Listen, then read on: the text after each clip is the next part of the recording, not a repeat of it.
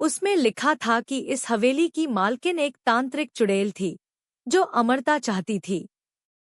गांव वालों ने मिलकर उसे जिंदा ही दीवार में चुनवा दिया।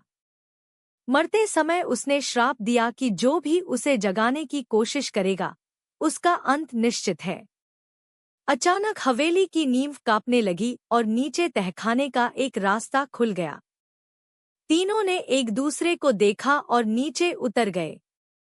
तहखाना बहुत ठंडा और अंधेरा था। वहां दीवार में इंसानी आकार की एक आकृति बनी थी, जैसे किसी को सचमुच वहां बंद किया गया हो।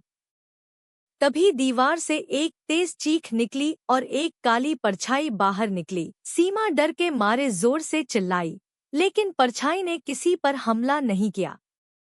उसने एक फीकी सी आवाज में कहा, किताब वापस रख दो, नहीं तो श्राप जाग जाएगा।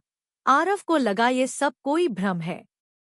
उसने किताब को और पास लाकर देखा तो पन्नों पर खुद उसका नाम लिखा हुआ था, आरव, तुमने चुड़ैल को जगाया है।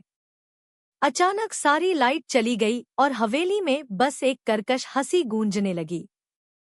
आरव ने कांपते हाथों से किताब वहीं रख दी और कहा, हमें माफ कर दो।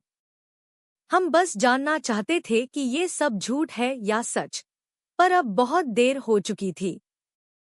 दीवार फिर से खुलने लगी और उसी में से झुलसी हुई त्वचा वाली एक औरत बाहर आई। उसकी आंखें जल रही थी।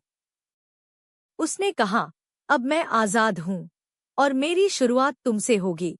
लेकिन तभी सीमा ने किताब से आखिरी मंत्र जोर से पढ़ा और हवा में एक तेज विस्फोट हुआ। चुड़ैल चीखते हुए हवा में घुल गई और हवेली फिर से शांत हो गई। बन चुकी थी। गांव वालों को जब सच पता चला, उन्होंने कहा कि अब श्राप टूट चुका है। लेकिन आरव जानता था, उस किताब में सिर्फ एक चुड़ैल की कहानी थी।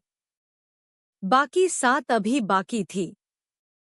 कहानी समाप्त।